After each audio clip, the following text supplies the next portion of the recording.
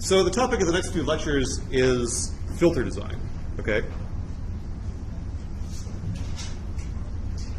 And so far in this class, we've drawn a bunch of diagrams that look something like this, where I have, x of n goes into some filter that has a transfer function or a frequency response h, and I get this guy out.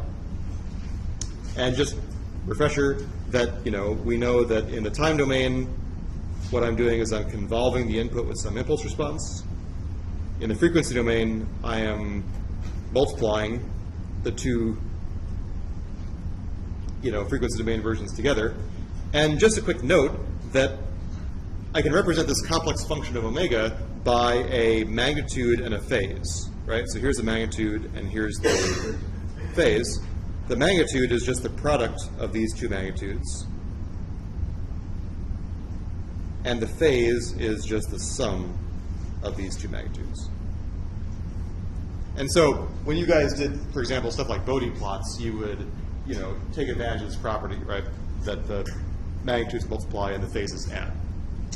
Okay, and so many times up to this point, we've kind of talked about saying, okay, let's suppose that H is some low-pass filter. Okay, that kind of is a standard thing now. For example, in the last lecture, we were talking about how you need these low-pass filters to do sampling rate changes, right? There's one filter to get rid of possible aliasing, and there's another filter to do the reconstruction of filling in between the samples. And so for that, a lot of times we will draw a kind of idealized filter in the frequency domain that looks something like this. We want to exactly pass the frequencies between minus omega c and plus omega c and throw out all the other frequencies, right? And so here, this is kind of like an ideal filter.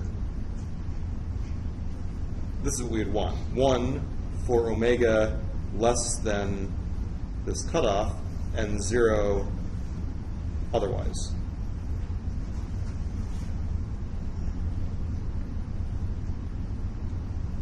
And, we started out talking about what is the time domain version of this. Well, it's a pulse in the frequency domain, so it should be a sink in the time domain, right? So I know that my ideal time domain low-pass filter is something like this sink function that involves the cutoff frequency.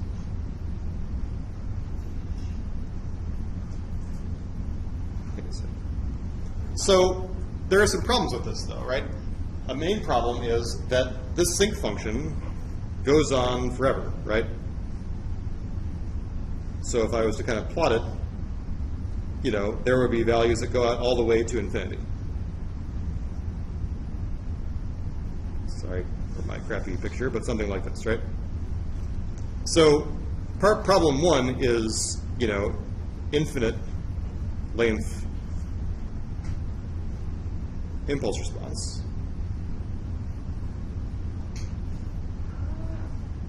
And number two is it's not causal, right? There's a lot of stuff going on the left-hand side of the impulse response that means that I'm looking into the future to get my values that I need to filter, okay? So what can we do to mitigate this? So kind of what I want to do today is, first of all, I want to find impulse responses that are finite length, right? Those are called FIR filters. And second of all, I want to have filters that are causal, okay, which means I don't have to look into the future to get my values. So let's first start by thinking about a filter that is just a pure delay.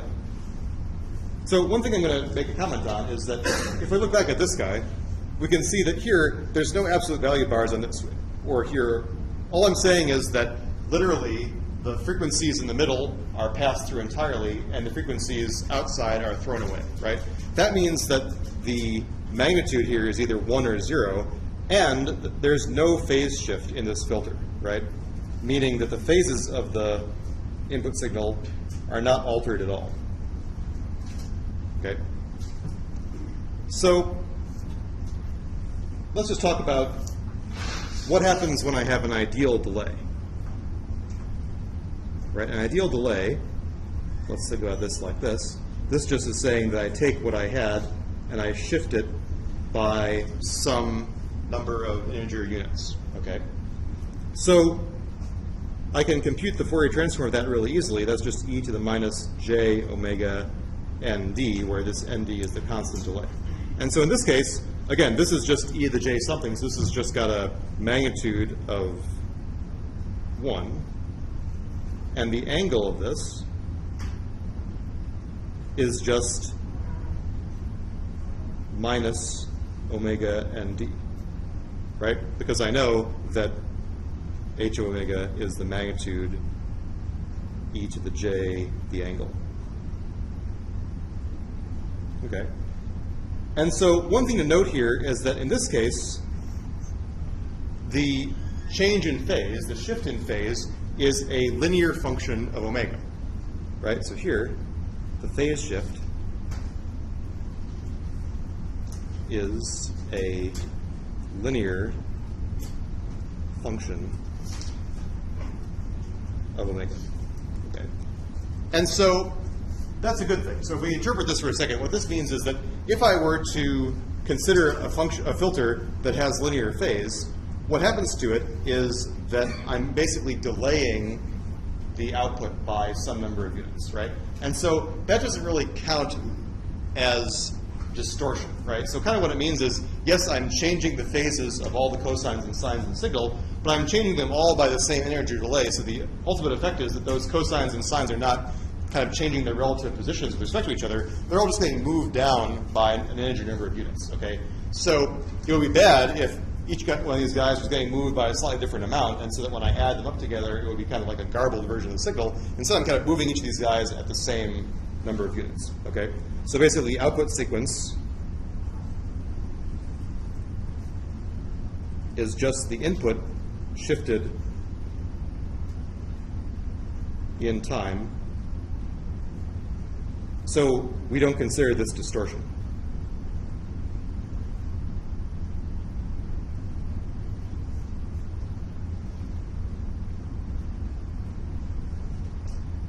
So as you're going to see, in many cases, we cannot achieve exactly zero phase, meaning that the output occurs at exactly the same time as the input. Instead, what we are willing to tolerate is linear phase, which means that the output is just delayed by a few units from the input. Okay? So that's kind of the idea behind the desirability of linear phase filters. So the kind of upshot is we desire filters with linear phase.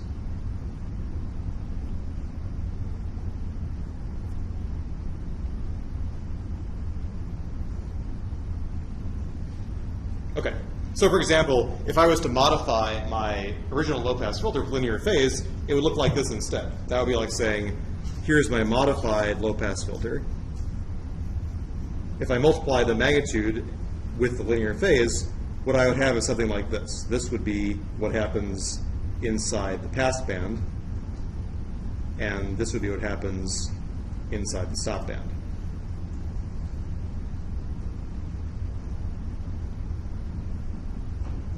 Right, so here, this satisfies that the magnitude is equal to 1 or 0, and the angle is equal to minus omega d, which is linear. And so what would the corresponding time domain impulse response be? Well, that would be just like taking the old impulse response I had and shifting it by n sub d units. So I would have this as my time domain impulse response instead of being centered at 0. And so if I was to kind of look at my picture, that would be like saying, okay, instead of having this be the 0 element, I could shift my 0 element over so that the peak of the sinc function was nd units away, right? And so you can imagine a strategy where you'd say, okay, well, you know, I could kind of wait until these values are really small on the left-hand side, and there I could put my delay, and then, you know, I'd have lots of stuff on the right-hand side. You know, that's a viable strategy, but one of the problems is that still, this thing has a response that still kind of trickles on forever. Really what I want to do is I want to find a nice, finite impulse response, and that's going to be the subject of what we talk about today. Okay. And just to make some comments, so sometimes you will see, you know, a measure called the group delay, which is just a thing that you'll see if you use like some of MATLAB's tools. The group delay is defined as the basically the derivative of the angle. And I'm just going to make a quick note here. So sometimes, again, you'll see a couple of different things. And I want to make sure that, let me draw this first, actually. So normally what we have is we have the magnitude of h, which, since it's always positive, for example, may look something like this.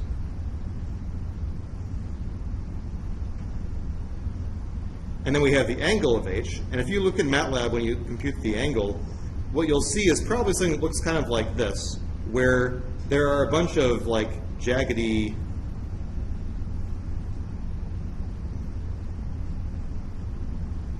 things like this. And the jaggedy parts come from the fact that when this thing flips from, you know, hits the 0 and bounces back up, there's usually a sharp discontinuity in what MATLAB will tell you as the angle, right?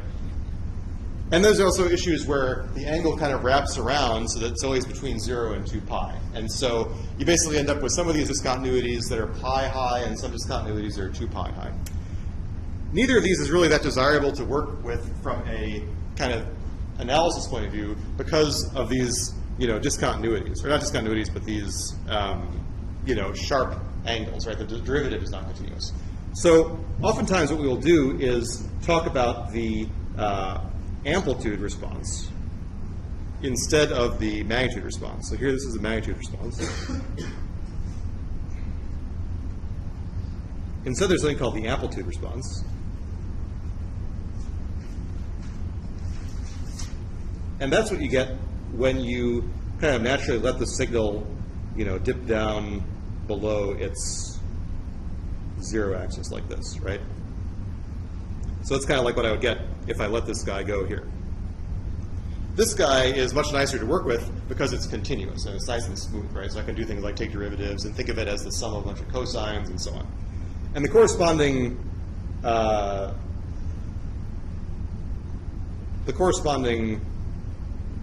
version of the phase is basically taking this jaggedy thing and letting it unwrap so that it's a nice smooth function, right? So if I was to kind of compensate for these jumps in the function, I could make, hopefully, a nice continuous function of angle as a function of omega, right?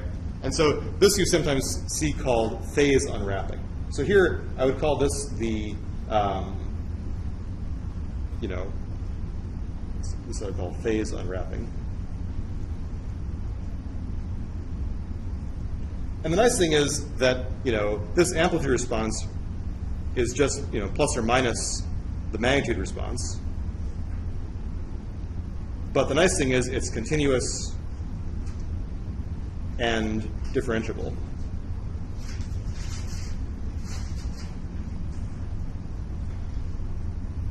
Okay. So basically what I can do is I can think about, just going back to phase for a second, you know, one measure of how good is the phase is kind of like saying how close is this unwrapped function to being a linear function, right? And so here, this is like saying if I were to take the derivative of this, I would just get a constant, right? And so basically I can take a look at the group delay and say if the group delay is close to constant, then I'm close to linear phase. If it's not, then I'm probably not a linear phase function. Okay. And so in the next part of the talk, we're going to kind of concentrate on the nice stuff on this side instead of the jaggedy stuff on that side. Okay, we're going to kind of think about how do I design the amplitude response of a certain filter to do what I want. Okay, so let me stop and ask if there are any questions so far about kind of terminology. Yeah. How do you get amplitude responses like in that? Is that like the real part? It's not the real part. Well, it is. So here, this is kind of like the absolute value of the frequency response, right? This guy, right? And then this guy, you can kind of tell like when you're positive and you hit 0 and you kind of bounce back up, then that probably means that you're flipping the sign underneath, right? So we're going to show you in just a second, if I have a filter that has got real values, I can explicitly write this A of omega in terms of the filter taps, right? And that will nicely oscillate above and below the axis, right? So in the kind of thing we're going to talk about next, there's like an explicit formula for the amplitude response given the filter coefficients, right? So you don't have to really figure out what it is. You'll be able to construct it directly with this formula. So yeah, you'll see that in just a couple slides. Other questions? Okay, so the question is, how do we design filters, right? So kind of at the very big picture, we have a process, right? And this is where, there's a little bit more kind of engineering involved, right? So really what I want to do is I start with some sort of a kind of desired frequency response. And I'm going to try and get as close as possible to that frequency response, subject to the constraints that I have to work with in the real world, right? So kind of the first step is choose my desired frequency response.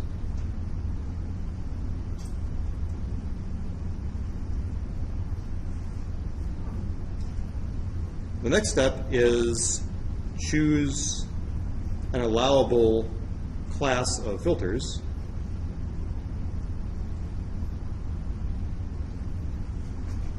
And for example, I might say, okay, I need to get as close as possible to this response with a length n FIR, finite impulse response filter.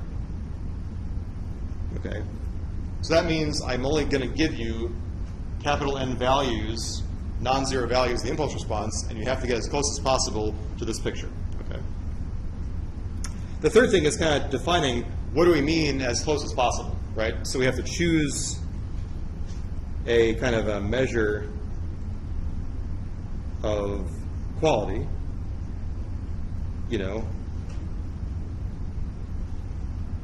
by which I mean, yeah, this is really slangy, saying like how close is one response to another. I need to be able to compare directly, quantitatively, here's frequency response 1, here's frequency response 2, what is the distance between them, right? And we're going to talk about several different measures of what that distance could be, okay? And 4 is I need to have some sort of a method or an algorithm that cranks out those values.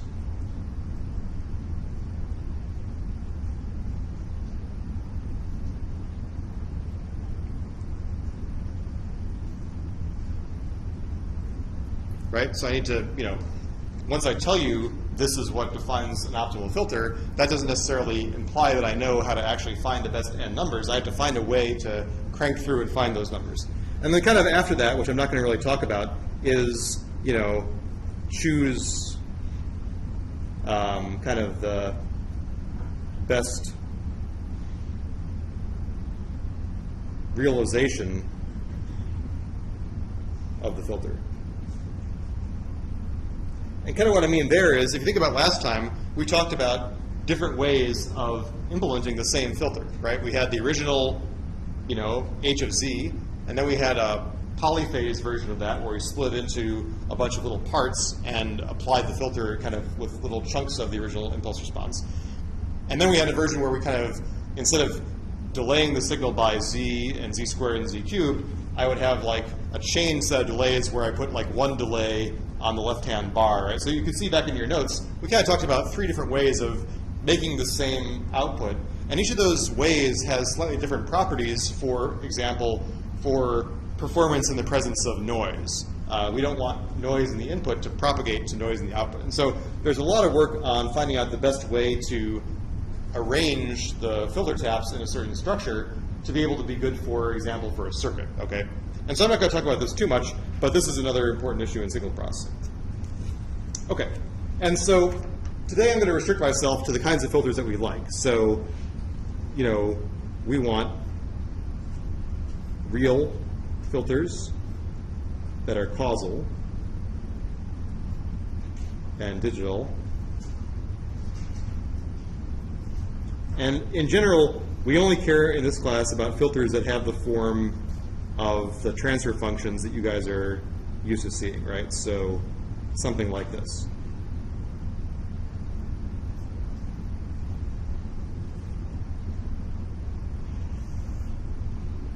because we know in this world we can talk about poles and zeros and so on. We can talk about Z transforms. And so this is kind of like the easiest kind of set of filters to work with. And we give these names, right? So if, you know, all these AIs, if the denominator coefficients are equal to 0, we have what's called an FIR filter, which stands for finite impulse response.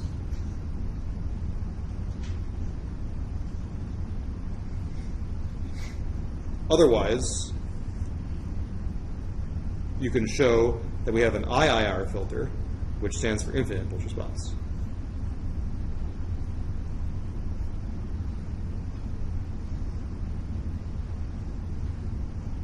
Right, so we've already encountered these kinds of filters already in our other exercises, right? Because if I can give you just a list of numbers, that's FIR. And if I give you a function of n, like 1/2 to the n power u of n, that's infinite impulse response, right?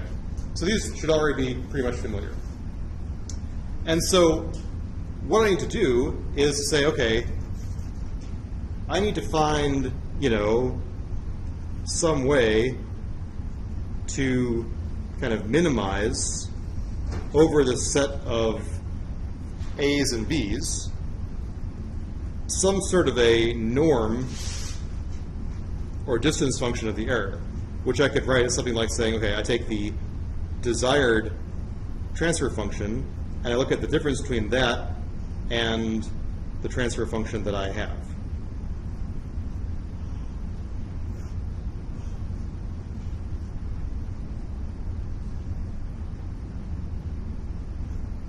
And so what we're going to talk about today are different choices of how this norm or how this distance function might work. Okay? Okay. Because, we want to make this problem tractable in a way that I can actually solve it. So, as I started out talking about, I'm going to not only say that my filters are going to be real and causal, but I'm going to restrict my attention to linear phase filters, right? Because linear phase is good. We'll restrict our attention. Is Janet trapped out there? No. So she was lurking out there. She's trying to be sneaky. All right, we'll restrict our attention to linear phase filters. Now that door's open. Okay, so now I got to open this because we're going to close the window. Let's see what we're hopping in. Okay. So remember, we want linear phase filters. And so let's think about what that means. So let's consider some filter that is length n, FIR filter, and assume it has linear phase. And actually, I'm going to be even a little bit more general than I was earlier and say that, my phase, and here, this theta of omega is going to be like, I should have put it over here. So here, I'm kind of assuming that this nicely continuous guy I'm going to call theta of omega. So let's assume that that is a nice straight line, and I'm going to allow myself the freedom to move this line around so that maybe it doesn't necessarily go through 0. So let's say that it looks like some constant plus some other constant omega, right? That's like a generalization of linear phase. And so let's see what that implies for the corresponding frequency response. Okay, so I'm just going to plug and chug. So here's my assumption, and now I'm going to compute what is my frequency response. Well, I've got n non-zero entries, e to the minus j omega n.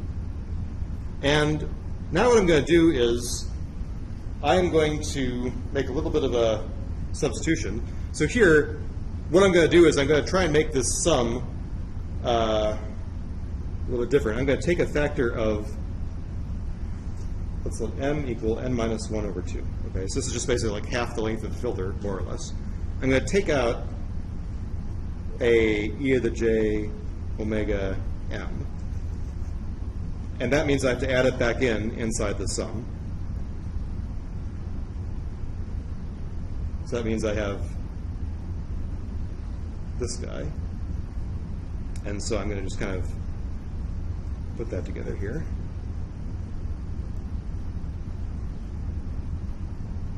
I guess here I'm going to have e to the plus j omega m minus n, like this. And now I'm going to multiply out this guy in terms of cosines and sines.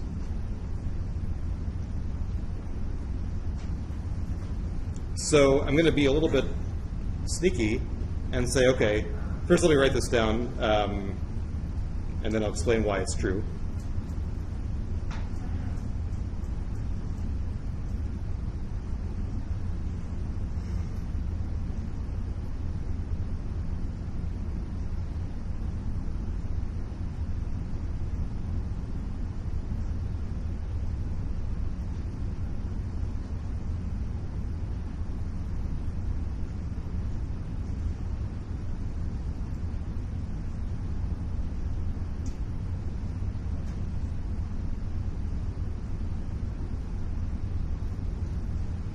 So what I'm doing is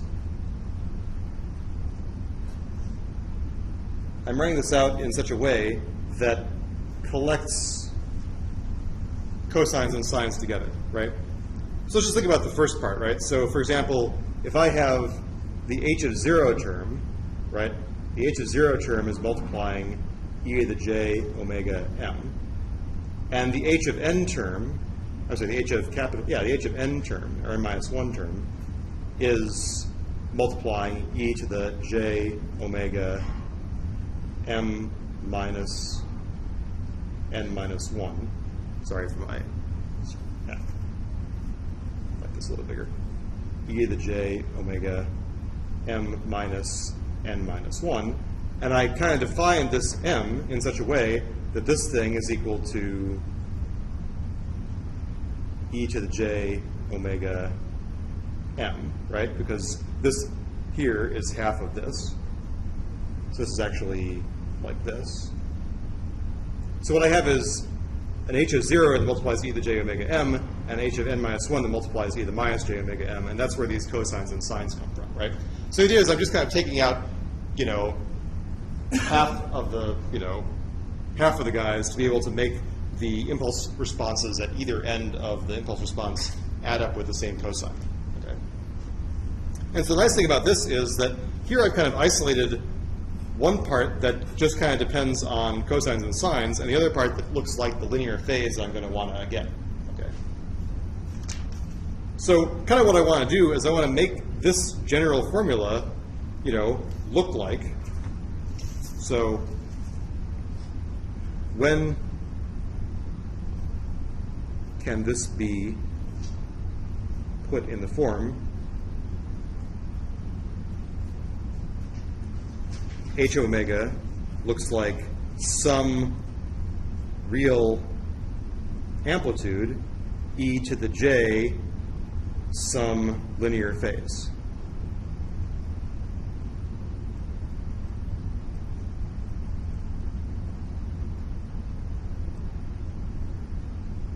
And so what I do is I kind of compare the terms, right?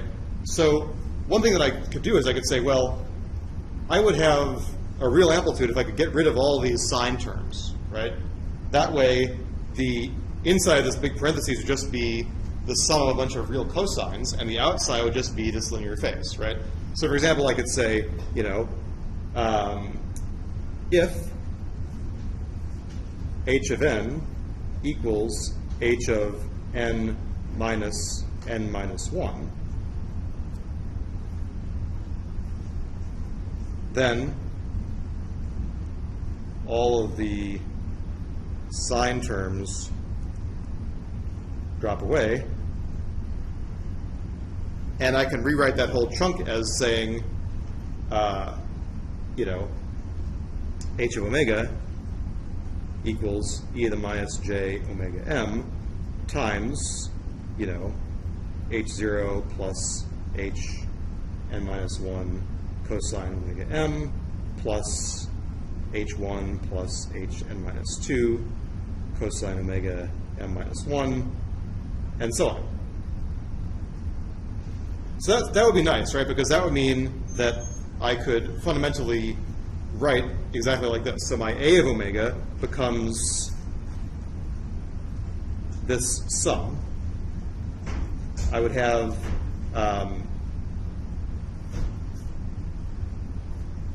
capital M terms inside the sum, and then each of these guys would be equal, which would mean that I would just be able to look at just half of the impulse response.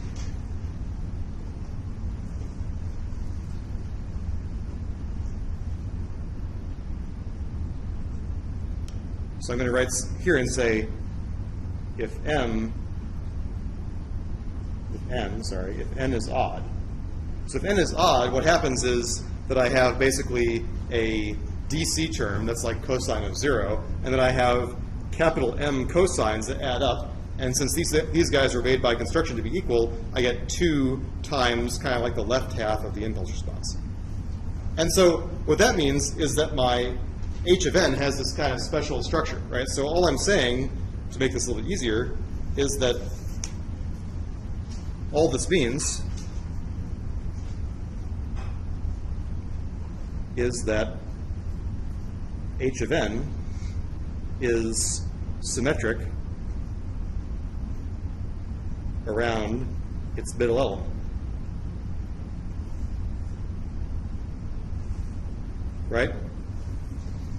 So for example, if I had n equals 5, that would be my m would be equal to n minus 1 over 2, which would be equal to 2. And I would have something that looks like this. You know, I'd have something that is symmetric around the 2 value.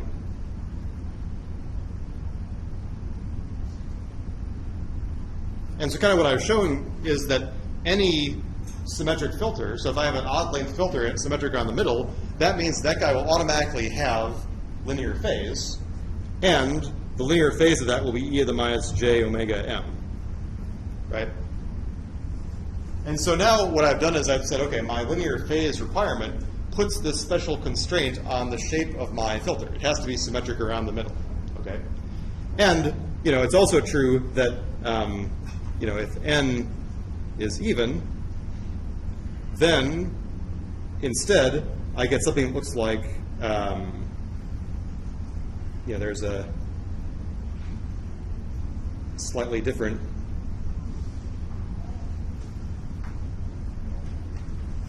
formula for the amplitude. What that means in that case is that I don't have this extra cosine in the middle that's the odd one out, and so my amplitude looks like something like this.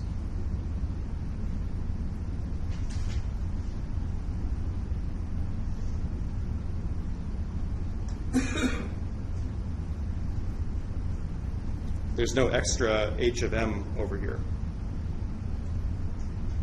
And the nice thing is that that corresponds to a filter that is, again, symmetric, but there is no kind of middle element to flip around. It's just, you know, kind of symmetric around this halfway point. So in either case, depending on whether n is odd or even, a symmetric filter will do the job of giving me linear phase. Okay?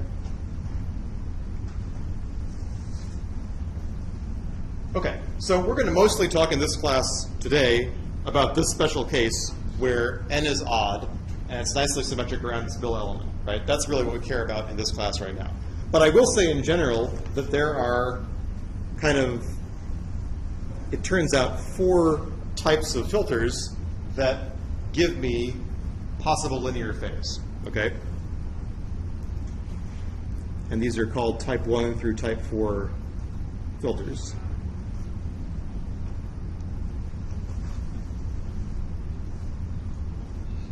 And so type 1 basically is n is odd, and this is also n is odd, and this n is even, and this n is even.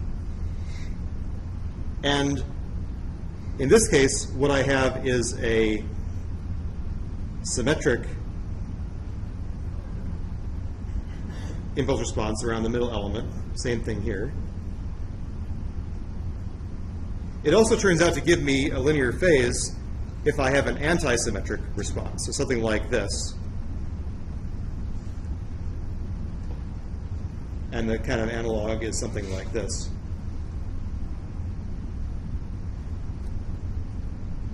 And I use these types of filters depending on what kind of frequency response I want.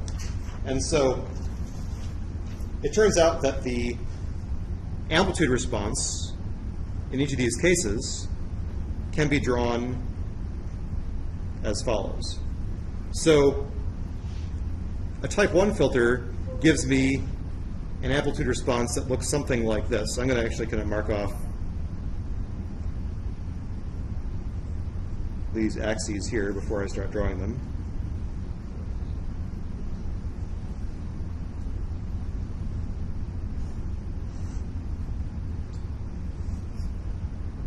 Oops, I don't know why I did this.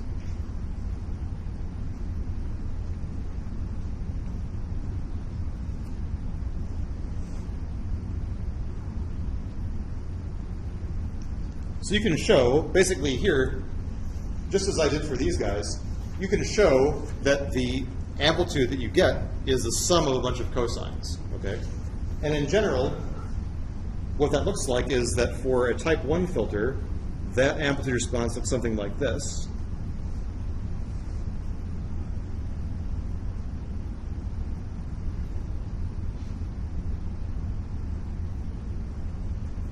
Something that basically has kind of like a low pass, look to it. Type 2 filters have a similar thing, but it looks a little bit different because of this guy here. So what the type 2 filter looks like is like this in terms of amplitude. A type 3 filter looks like this. I'm just going to draw these and I'm going to talk about them for a second. And a type 4 filter looks like this.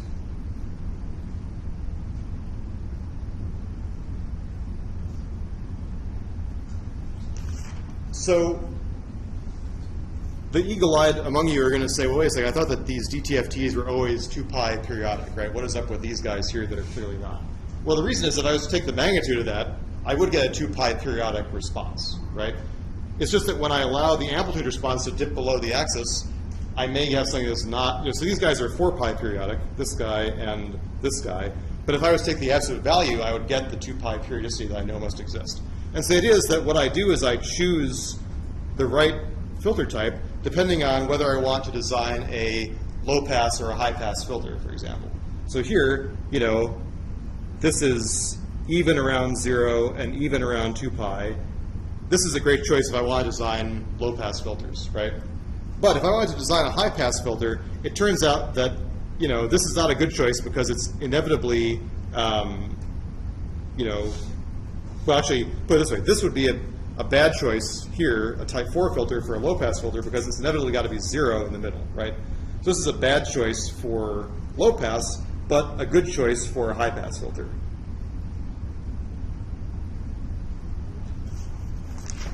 And so, this is good for high pass. This would also probably be good for high pass, although this is more like a good band pass filter actually, because I'm inevitably going to be 0 every multiple of pi. So this could be like a good band pass filter. This would also be probably a good low pass filter.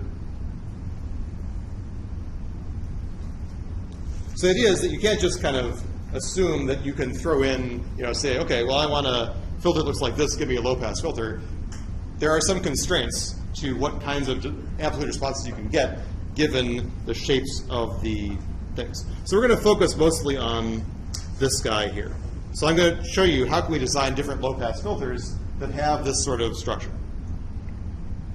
Okay, so let me stop and ask for a second if there are any questions about this. Okay, so let's get down to it. So let's actually design some filters, okay? So again, the big picture is we have a model for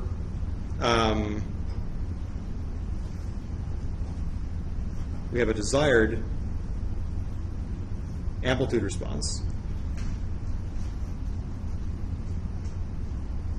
And so from now on, I can really just focus on the amplitude response, right? Because by my choice of requiring the filter to be linear phase, I have removed that from the equation, because I know that the only kinds of filters I'm allowed to make are these nice symmetric guys like this, and the linear phase of this guy has already been determined by the length of the filter, right? So if I say I want a length 21 filter, I already know that the phase is going to be e to the minus j omega times 10, right?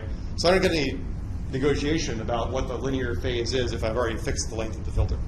So the only thing I can decide is, what do I want the amplitude to look like? And so for a low-pass filter, we have basically a desired response that looks like this, right? And just to refresh on the terminology, right, so this is going to be what I call the pass band. This is what I'm going to call the stop band. And this omega cutoff is basically the transition frequency, okay? And so, as we're going to talk about in just a second, this is obviously the ideal thing that we want, right? But there are cases where I may be willing to compromise on this exact shape in order to get a nicer, which I'll talk about in a second, a nicer response. So for example, instead I may say something like this. I want to have, the filter be for sure 1 in the pass band, and for sure 0 in the stop band. And in the middle, maybe I will let this kind of gracefully go down like this. And so this I would call the transition region.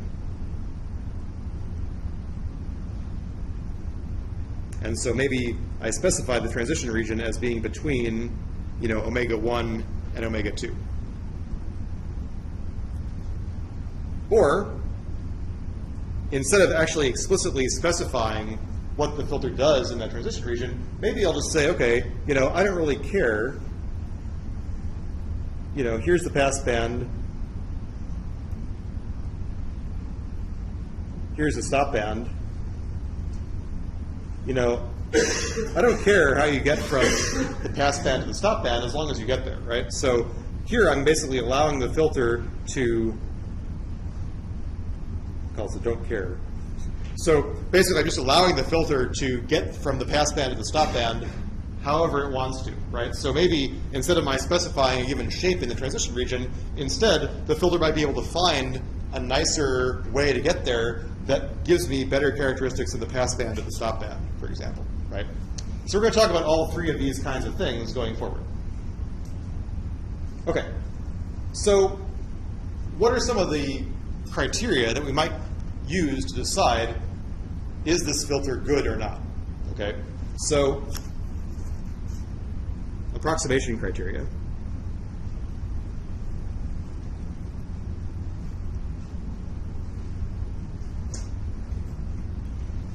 So one is, the most obvious thing to do is to say something like, I want to look at the average or the squared error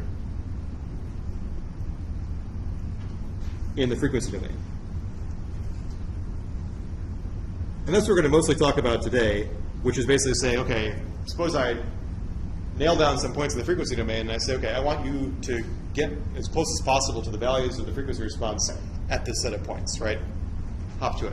So that's what you would call basically a least squares approximation. Another possibility is to specify that you will not tolerate any more than a certain maximum error over the pass band or the stop band. So that's like saying, okay, if this is my desired filter, that's like saying, okay, I'm not going to let you go beyond some, 1 × error. Otherwise, I consider that to be unacceptable. And so that's a way of kind of saying, okay, I'm going to minimize what I would call the ripple of the filter. We're going to talk about that more on Thursday. And so this leads to what's called Chebyshev approximations.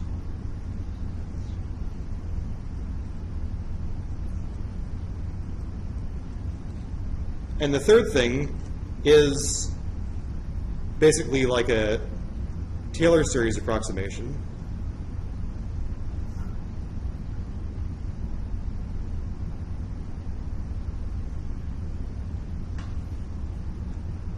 To the desired response, which is also kind of sometimes called maximally flat.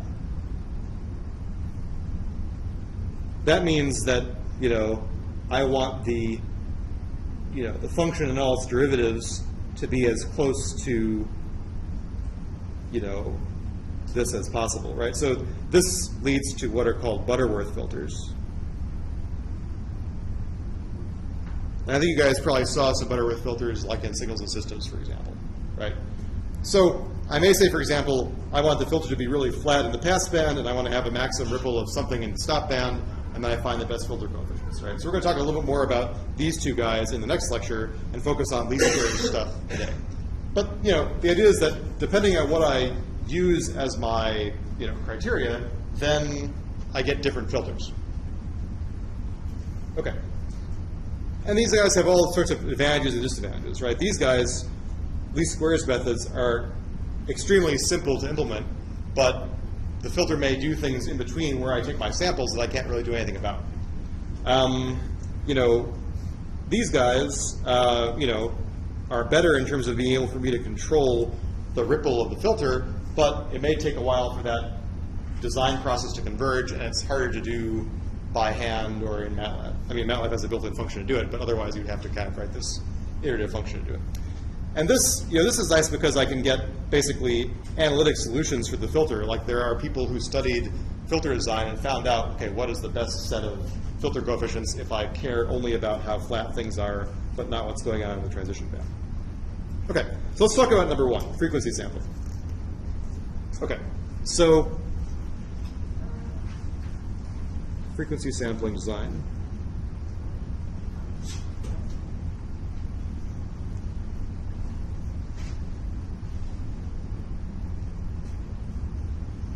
So here's the setup.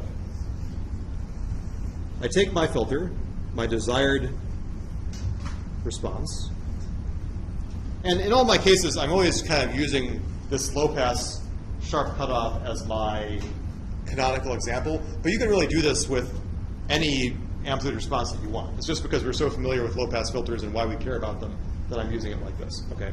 So what I would do is I'd say, here's my desired amplitude response. And what I'm going to do is I am going to, and actually I'm going to kind of draw this like from 0 to 2 pi, okay? Because I know this is 2 pi periodic. What I'm going to do is I'm going to sample this guy at a set of equally spaced values, like this. I'm going to sample n, where again, n equals the length of the filter.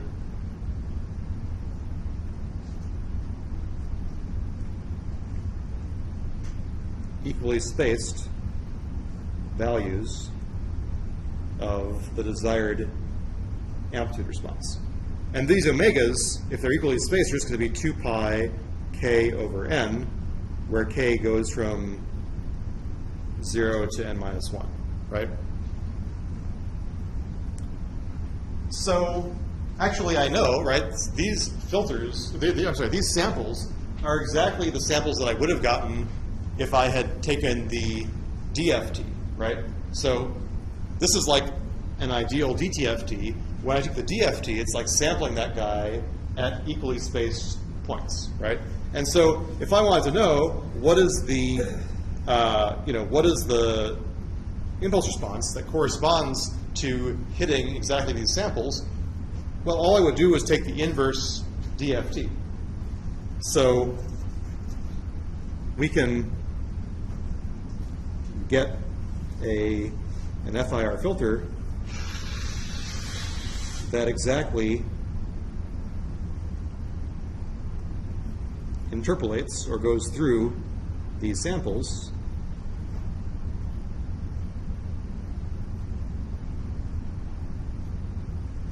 with the inverse DFT. That is, I get my filter by applying this formula. This is just the inverse DFT formula.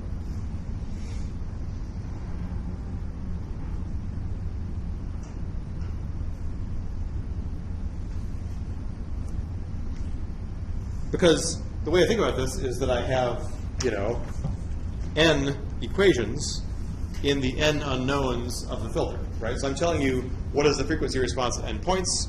You have to find me n filter taps. So there should be an exact solution to that problem, right? I should be able to find a filter that exactly goes through those points. Okay. And again, here, my,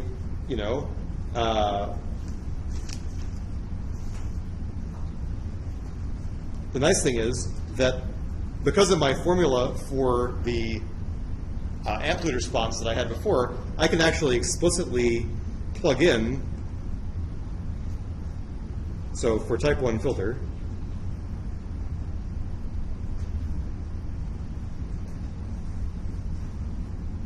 I can explicitly plug in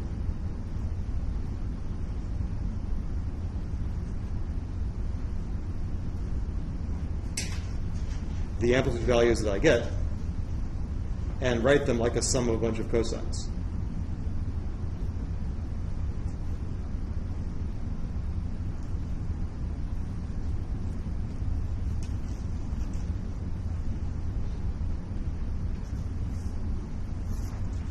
Right, so basically here, this is like A0, A1, and so on. So that's pretty sweet. That means that if I just tell you these amplitudes, that I can automatically generate these H's. And so let's actually see how this works in MATLAB, for example. So I'm going to do it a slightly different way in MATLAB, but it's equivalent. So, yeah. What was that? Okay. So let's suppose that I want to design a lane 15 filter. Okay, so here, let me just go back to this for a second. So let's do an example where I'd say n equals 15. That means that my m is going to be n minus 1 over 2, which equals 7. And let me suppose I want to design a filter with cutoff of 0.4 pi. Okay, so this is my goal.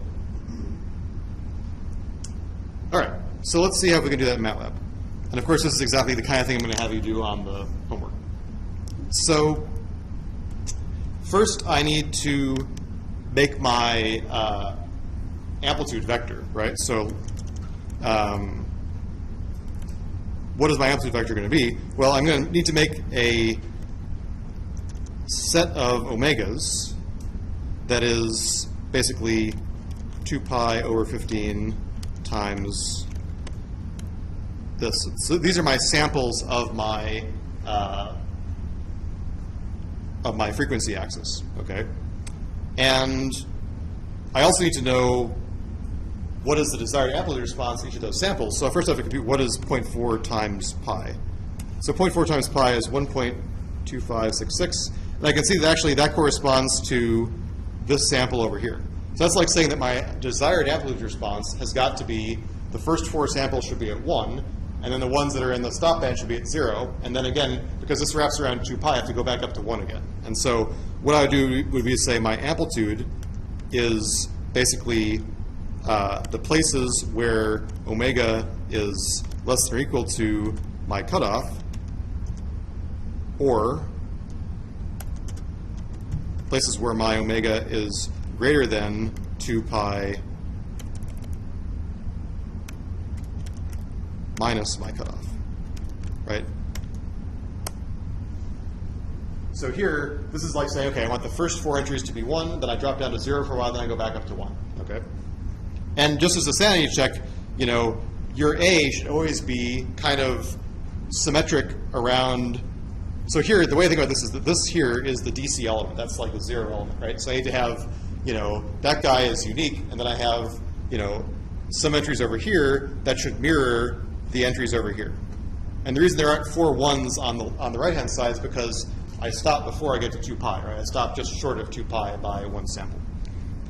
And now I have to figure out what is my desired phase got to be. Well, my phase is going to be minus m times omega, right? So I know that this is my phase vector. And then I compute my desired h as the amplitude times the phase. I guess I need a dot here. Okay. And so now I should be able to just take the inverse DFT of this thing to get inverse FFT, sorry. I forgot that MATLAB doesn't know about the DFT. So when I do this, I get something that has some both real and complex parts. You can see all the complex parts are 0. This is just a kind of a round-off thing. So it's always best to make this guy explicitly real. And now, if I were to do a stem plot of the filter that I designed, I can see that I screwed it up somehow. How did I screw it up?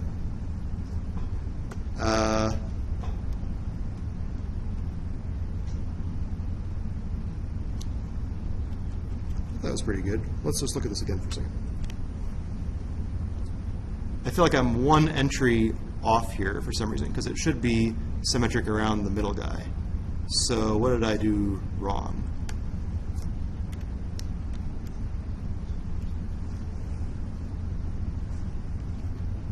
I got my A, I got my phase, which was 7.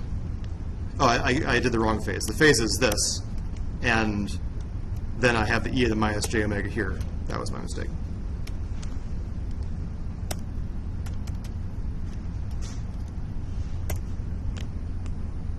Okay, much better, right? So here I can see that I get a filter that has exactly the property that I said it would, right? It's symmetric around the middle element, and I can see that just one quirk of the MATLAB indexing is that you can't get a 0 element in MATLAB, right? So everything is kind of shifted. So you can see this is symmetric around the 8th element, whereas really, if I was applying this in a digital world, this would be shifted over so it was symmetric around the 7th element, okay? And now I can look at the, I should be able to look at the impulse response, or sorry, the frequency response that corresponds to this. So let me say that my H designed is, so now what I want to do is I want to take a finer set of omegas to plot the frequency response out. So I'm going to say, what is the set of omegas I care about for plotting? And I'm just going to make a length 151 vector. And then I'm going to evaluate my frequency response at these elements. And now I'm going to look at the frequency response I get, only looking at the absolute value of it.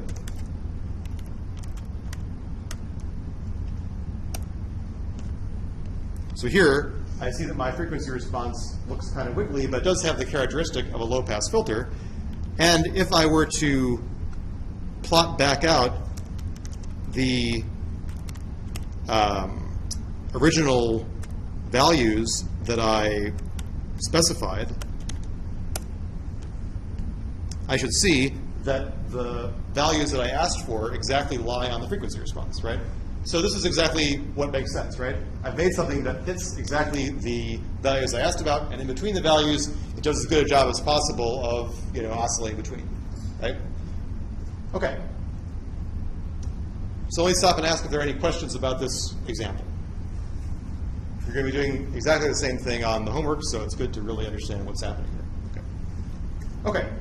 So the next question to ask is, well, can't I control what's happening in between the samples, right? So I mean, what I really want is to force the frequency response to exactly match up with that desired shape all the way along the frequency response, right? And so it turns out that you can do that. So let's talk about how that would work. Okay. And so before I move off of just that, let me just say that they're basically equivalent formulas for type 2, 3, and 4 filters, which I'm not going to talk about, or when we take the samples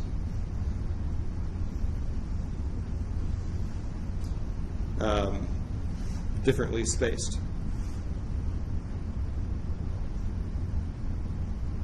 And so what I mean by that is that, you know, maybe instead of, so suppose this is my desired frequency response, and maybe what I might want to do is to take these equally spaced samples in such a way that, you know, one sample is like pretty close to the passband edge, and the other sample is at the other side of the passband edge. So what I'm trying to do is I'm trying to force the frequency response to kind of get as steep of a response as possible, kind of by screwing around with where these samples are. Okay. And you can also use basically, you know, n non-uniformly spaced samples.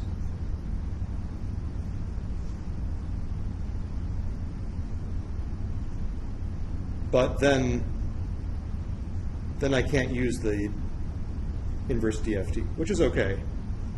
Basically, you know, the inverse DFT is a ready-made solution to the question about if I have equally spaced samples in the frequency domain, what do they correspond to in the time domain, right? If I don't space the samples equally, I still have n equations and unknowns, but those equations are defined by this matrix of cosines I'm going to talk about in just a second. Okay, so instead what I want to do is let's say, okay, you know, instead, what about minimizing the error at, you know, L greater than n samples, right? So there, that's like saying, okay, you know, suppose I still want to design a length n filter, but instead I make a whole bunch of samples over here and say, well, you've got to do as well as possible at all these samples, okay? Now, if the number of samples I tell you is a lot bigger than the number of filter coefficients I have, then clearly I can't satisfy all those equations at once, because each one of those dots corresponds to one equation in n unknowns, right? If I have more equations and unknowns, then I'm stuck with what's called least squares solution, where instead of getting exactly interpolating through these dots, I end up with an approximate solution. I kind of minimize the sum of squared errors at those dots, okay? And so here, the error function that I have looks something like this, where I look at all of my L dots, and I want to minimize the difference between my amplitude that I get and the amplitude that I want, where these omega k's are basically 2 pi k over L. Okay. Well, this solution actually turns out to be very easy. And the reason that it works this way is because this sum of squared errors turns out to have a corresponding interpretation in the time domain, right? So you guys maybe remember distantly when we were talking about frequency domain properties, there was this theorem called Parsifal's theorem that said that, you know, basically the sum of squares in the frequency domain is the same as the sum of squares in the time domain. And so it turns out this error by Parsifal's theorem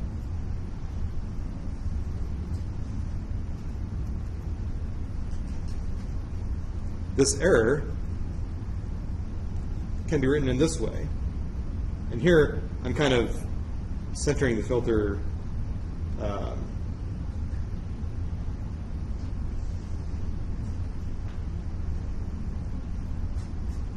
this.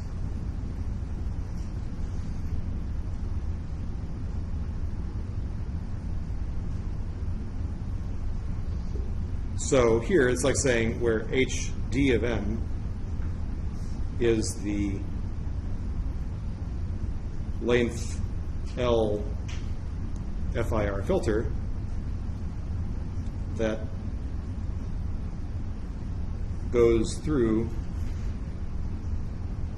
the L desired samples, which I can get from the previous method.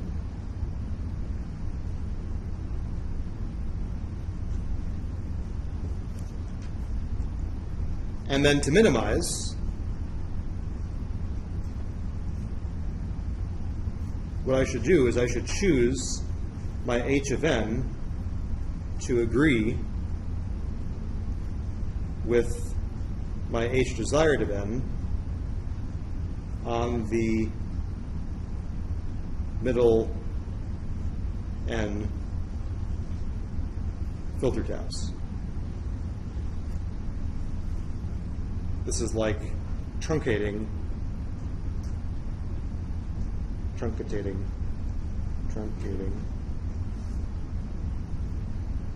h desired of n.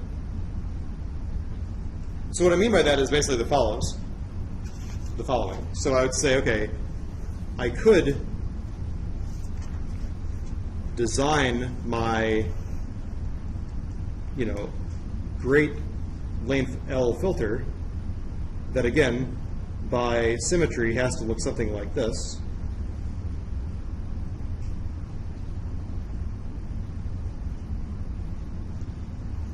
Right? This filter would be the one that would minimize the error, or that would actually exactly interpolate those L points. But then if I say, okay, I want to find a length 5 filter that that tries to minimize my error on those L points, all I would do is I would notch out the middle 5 units of these guys, and this would become my new best filter. Right? So it's actually very easy to design these least squares filters by saying, okay, first I find the best long filter, and then I just chop out the middle n pieces that I need. Okay? So basically just chop out the middle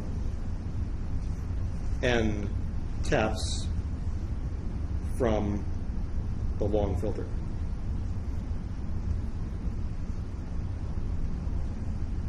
Okay, so let's do that in MATLAB in hopefully a way that I don't screw it up. So let's suppose that, going back to my picture, suppose I wanted to actually minimize the sum of squared error between the filter that I design and each of these 151 points. Okay? So what I should be able to do is I should be able to define my length 151 filter using the same method I used before. So here I have my omega fine, and my h fine is going to be basically, so now I need to define a finer amplitude. So just like I defined A like this, I'm going to define something like this, A fine. So here is my finer set of amplitude samples. I'm going to define a finer set of phase. And again, I have to figure out what is the corresponding phase for that. Well, it's going to be 151 minus 1 over 2, right? So that's going to be 75. And now I'm going to generate my fine frequency response, which is going to be this, which I guess I kind of can say like this. For your phase, do you need to use omega fine where? Oh, yes, you're right.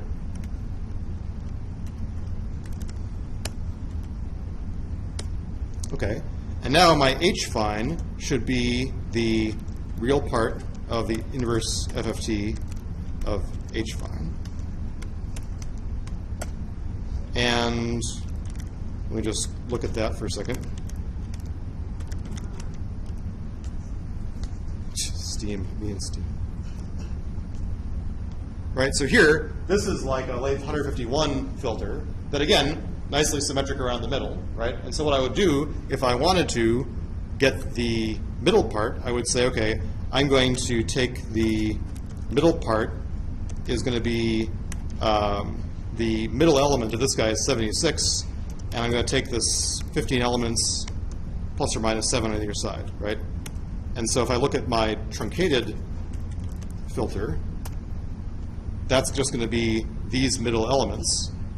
And if I compare that to the filter that I designed earlier, which I think I can do, I can see that those filter taps are not exactly the same, right? I mean, I got two symmetric filters, but the red filter, which is the one I designed before, is definitely not the same as the blue filter, okay?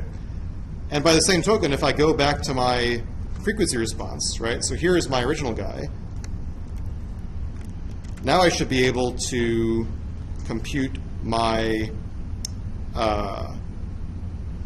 h-fine, which actually I already have h-fine because I know it has to go through that. So I should just be able to say plot omega fine, a fine with a red line. Oops. Oh, no, that's the fine guy. So yeah, I know that's what I want. So what I should be able to do is I should be able to plot my H truncated should be what I get if I take my truncated filter I just designed and I apply it to the fine frequencies. And now I should be able to plot my absolute value of this. Let's plot that with the green line.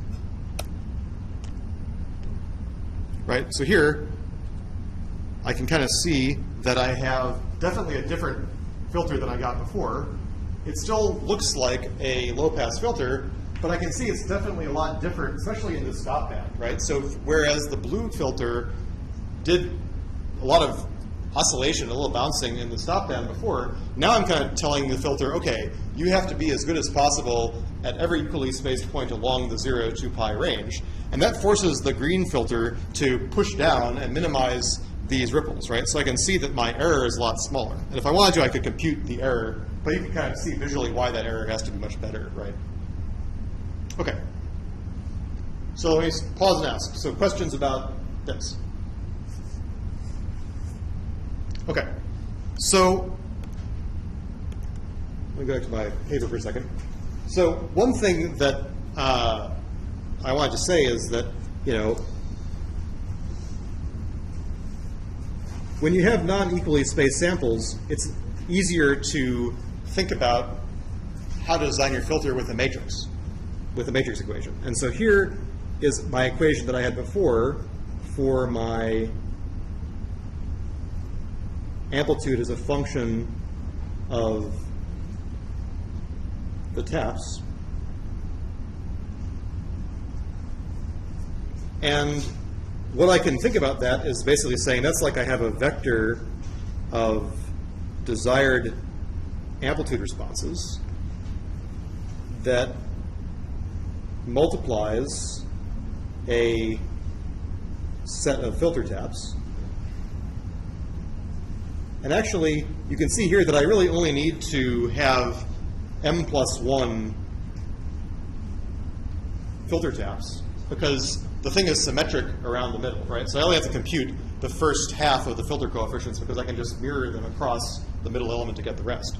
And so here, this is like saying I have maybe L positions I care about. So this is like an L by 1 vector. This is an L by m+1 matrix full of cosines. And I can kind of write this like, you know, F times H equals my amplitude desired. And then I could use MATLAB to basically find the best H's given the A's, right? So if F is square, then the H's are just F inverse times A. Otherwise,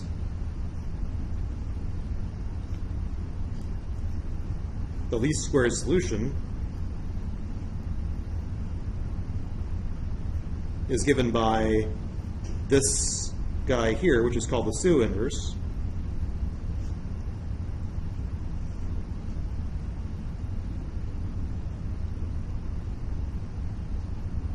But in both cases, you can do this in MATLAB just with f\AD,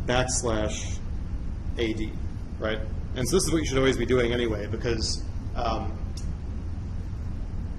you should never be computing the inverse directly when you solve linear algebra problems. You should always be, computing like \, which is basically a fancy way of doing Gaussian elimination and all that stuff that you learned back in IEA, maybe, or something. Okay, and so you can also directly design filters like this. And an important place where I care about not having the samples equally spaced is something like I talked about earlier, where I could say, okay, I am going to take,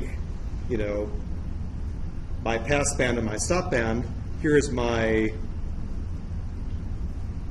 response. So I could say, okay, here are a bunch of places where I want to minimize the error. And in this region here, this would be like a kind of a don't care transition band. Right? What that means is that the filter is going to be able to achieve better approximation at these points because I'm not telling anything about what happens in the middle, right? So you'll usually find that if you don't specify these middle points, you'll get pretty good adherence to the points of the pass band and the stop band, and then there'll be some sort of like graceful fall off that goes in the transition band. And of course, the wider I make this transition band, the more freedom the filter has to do stuff in the middle, right? And so I think that I have an example of this in the homework. So you can try putting a bunch of samples of the stop band, a bunch of samples of the pass band, and don't care in the middle, and see if you can make that filter do better in the pass band and the stop band. And even more so, you could put kind of weight. You could put different weights on the points to say, I really care about getting close. Maybe you care more about getting closer in the pass band than you do in the stop band, right? And so in that case, you have a different function that's something like you have a sum of weighted values where I care about different points with different weights.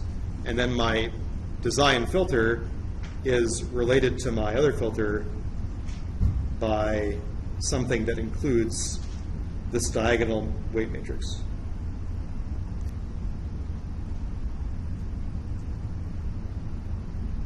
So all I'm saying here is that you can treat each one of these sample points differently if you wanted to. And you could force better approximation of the pass band than the stop band, for example. Okay. So,